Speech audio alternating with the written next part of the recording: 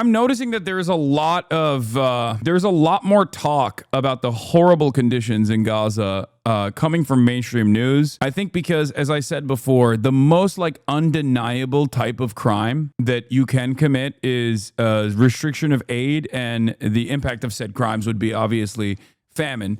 And now that widespread famine is impossible to avoid, you have even the likes of BBC covering it, and you have Western outlets like finally talking about it. Now, one might say this is too little too late, and I do understand where you're coming from if you were to say such a thing, but it's not lost on me, let's just say. I'm not oblivious.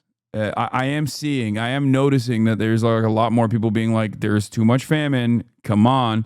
And as a consequence of that, you get Western nations offering like little, like drip feeding little gifts, like Palestinian state recognition, stuff like that, you know? It's coming out of Gaza as Israel continues to hold up aid trucks at the border. Our cameras filmed inside. This guy said they're not blaming Israel. The first word coming out of Good Morning America, the Good Morning America anchor's mouth was, Israel is holding up aid trucks at the border. You would be wrong. I mean, you wouldn't be wrong, sorry, under normal circumstances. But no, they absolutely are saying that, which is, again, unique. Not only are they talking about the horrifying conditions on the ground, but they're also talking about who's responsible for it. Many of the mainstream outlets still aren't going in that direction, where they'll still act like it's a natural disaster or some shit. But like, I mean, it's too little too late for sure. But I'll still, like I've said, I still welcome it. I welcome this change, regardless of how delayed it is, because it's not only a disservice to the victims so far, but it's consequential because it might prevent further victims down the line. Our cameras filmed inside a children's ward at a hospital in central Gaza, and the scenes were haunting. According to the director general of the Al-Shifa Medical Complex, 70,000 children have now entered the stage of acute malnutrition. 50,000 are on the brink of complete starvation. An American doctor volunteering in Gaza telling us every patient he is treating at Nasser Hospital is malnourished, and over 100 aid groups are warning of mass starvation. Now, Israel blames Hamas, saying they've been stealing food and engineering food shortages. An internal U.S. government review, though, failed to find any evidence that Hamas was engaged in widespread diversion of assistance. Yeah, I mean, dude, Ross doubt that. How Israel's war became unjust. I mean, if that's not a tide shift, I don't know what to say. I don't know what would look like a tide shift to you. Like, Ross Douthat is a fucking straightforward defender of all of Israel's war crimes. So it's like even now he's saying became, right? Like as though this is a new change of pace, as though this is a new attitude shift. People need to recognize that this is because the public pressure has gotten to a point where it's like impossible to deny. And not only is it impossible to deny, but like the pendulum has swung in the other direction, where I think there will be a future where it'll be more consequential for you to come across as pro-Israel than pro-Palestinian. It already is that in public for like the average person, depending on which circles you operate in. But for most normal people, if you're just like still at this point saying anything that's like even remotely pro-Israel, or even look at the Nelk boys, right? Like they tried to say, oh, we just, he's a foreign politician. Like, what do you mean? What's the problem? And even then, this right-wing, relatively young audience was not taking it, where they're like, what the fuck do you mean he's just a regular politician? It's like saying Adolf Hitler is just a regular politician. He was a foreign leader, So I think for average folk, the pendulum has already swung, and now you're seeing the media play catch up with that shift. You think it's impossible to deny yet? The authorities find it manageable to oppress? No, I think it's a cat's out of the bag situation for months at this point. They're just playing catch up because they wanted to hold on to this idea that they could nip this in the bud for as long as they possibly could, but they cannot. That's the point. Is the lobby money drying up? No, that's not the case. No, this is purely a direct consequence of people consistently engaging in advocacy, consistently protesting. That's it. Because people could not deal with the atrocities that they were seeing. And there needs to be a pressure valve, and that pressure valve never came. There was never a moment of respite, and now it's gotten to a point where it's impossible. It's impossible to go around and be pro-Israel. That's part of the reason why even though you see like, musicians getting banned still, or deplatforming initiatives, or even the desperate hanger-ons that try to still attack like pro-Palestinian content creators and whatnot in the spaces that we occupy. Ultimately, most people don't fuck with that at all. They're just like, yeah, dude, shut up. It's done. It's over. And now the last bastion of Israel defense, the New York Times, even or mainstream press, is even swinging in the opposite direction. Very different prospect for Israel's future than it looked like on October 7, like post October 7. But remember, this is the exact same situation with the immigration raids. Before it happens, people think they want it. Once it starts happening, people realize maybe this is not something I wanted. But even if the Democrats don't say anything about it, people get so angry and so resentful at the administration that's conducting these operations that they take it to the fucking streets. And then that public pressure campaign inevitably changes other people's perspectives as well. The media starts covering it, and it becomes impossible to avoid. That's why I always say you have to become undeniable. You have to become unavoidable. You have to be a force for good, even when people don't want to hear it, even when people don't want to see it, or people in positions of power have their careers and their jobs simply because they can expertly turn a blind eye to these atrocities. First of all, how urgent is the goal of bringing the hostages home if everyone in Gaza is starving, some to death right now? Listen, if you go to CNN's homepage, we keep a live blog going every day of Gaza headlines. And it's hard to see horrific. This is crazy. As Gaza starves, the world watches and waits. CNN, it feels like you're watching my broadcast like a year ago. Headline after horrific headline populate the page this week. And that's keeping in mind that the headlines were horrible on October 7th, and they have been every day since, and yet they're getting worse. You see some of them here. And add to this that the UN says this is the front page of the Independent, neither dead nor alive. Today's front page on the Independent. You can download a digital newspaper. Palestinians in Gaza have become walking corpses. UN agency as 6,000 trucks with food and medical supplies wait to enter while Israel limits access for humanitarian aid. Yeah, we're getting to the one day everyone will have been against this moment. that starving people in Gaza are beginning to look like walking corpses. Doctors Without Borders says that the rates of severe malnutrition in children under 5 in its clinics have tripled in just the last 2 weeks. And we see all that and wonder, what are the world's leaders doing about it? And for now, it seems like they're watching along with the rest of us. The UN made the point this week that people are being starved while a few kilometers away, supermarkets are loaded with food. Israel says that they'll allow other countries to drop aid into Gaza from the air in the next few days, but the UN warns that that method is costly and it's dangerous. And talks for a ceasefire, they're not going well either. President Trump blames Hamas for the decision by the U.S. to pull back from talks. Watch. They pulled out of Gaza. They pulled out in terms of negotiating. It was too bad. Hamas. This is literally the same exact shit that Anthony Blinken and Joe Biden did, by the way. Constantly dangling a bullshit ceasefire that's not a ceasefire at all, offering side concessions to Israel to attack again, and then Israel blowing up the peace talks and ceasefire talks because they had no interest in doing so, and then turning around and going on television and being like, well, Hamas did it again. They fucked up the peace talks again. It's insane. And if on the one hand, CNN and all of the news broadcasters, if you have people in this chat right now that work at these places, if you are finally able to get a word in edgewise, okay, if you're finally able to have your voices be heard, your criticisms be heard by your editors, explain to them that the population broadly understands that if you're saying, oh, how is Gaza starving? And you're finally coming to that conclusion, you're finally actually covering that sort of shit, they also understand the responsibility that CNN and other mainstream institutions hold in terms of massaging the public opinion and failing to do so, really. So if you're going to cover this, if you're going to cover the situation on the ground with the accuracy that you're finally getting around to, then also covered the fucking back and forth with accuracy as well. The idea that this is Hamas's fucking problem or Hamas's responsibility is so ridiculous. There's only one party here that is keeping the Palestinians in famine conditions, and that is Israel.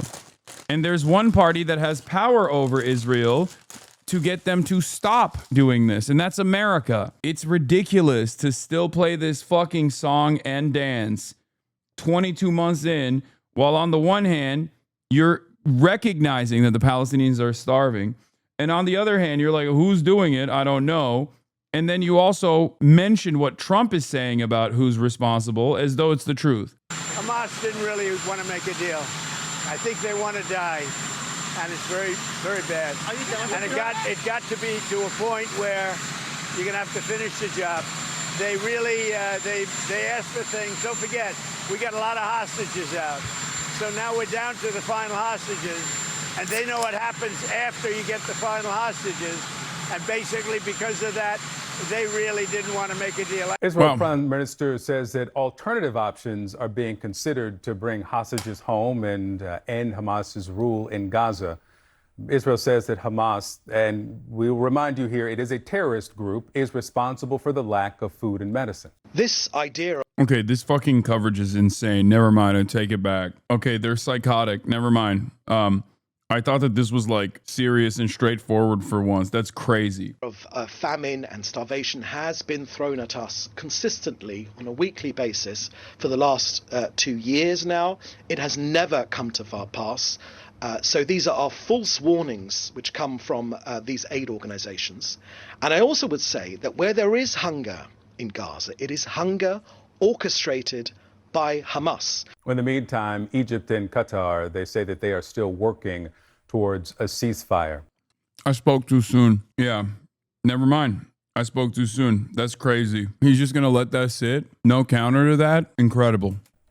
Dr. Bashar Baba is with us live from Doha. He's had a role in these talks to reach a ceasefire, and he is the chairman of Arab Americans for Peace, formerly known as Arab Americans for Trump. Welcome back to the show. I thank you for your time. You supported this president before the election. You support him now. You said that you were certain the president would end this war, that things would change in Gaza, the hostages would come home. When you look at the pictures that we share this morning, what's your assessment of the president's job performance in doing what you said he would be able to do? Well, first of all, thank you for having me. And secondly, I just want to emphasize that I'm speaking on my own behalf. I do not represent anyone, especially the US government. So having said that, I think what we are seeing is that there are two different approaches to the conflict. One whereby one strategy is to find what is the minimum acceptable situation to both sides, meaning to the Israelis and to Hamas. And when then you would go into negotiations during the 60-day ceasefire period and flesh out the details. Now, Hamas's approach has been to insert new details or conditions. That's the guy you have on to talk, a pro-Trump guy who's here talking about the conditions that Hamas has inserted. This is the worst piece of coverage you could possibly do. They just fucking totally fucking baited and switched us with this. It was a real bait and switch. I saw that as Gaza stars, the world watches and waits, not realizing that they were going to angle their coverage into the direction of like, this is Hamas's doing and Hamas's responsibility. I'm genuinely shocked at how depraved these fucking institutions are. While they're negotiating.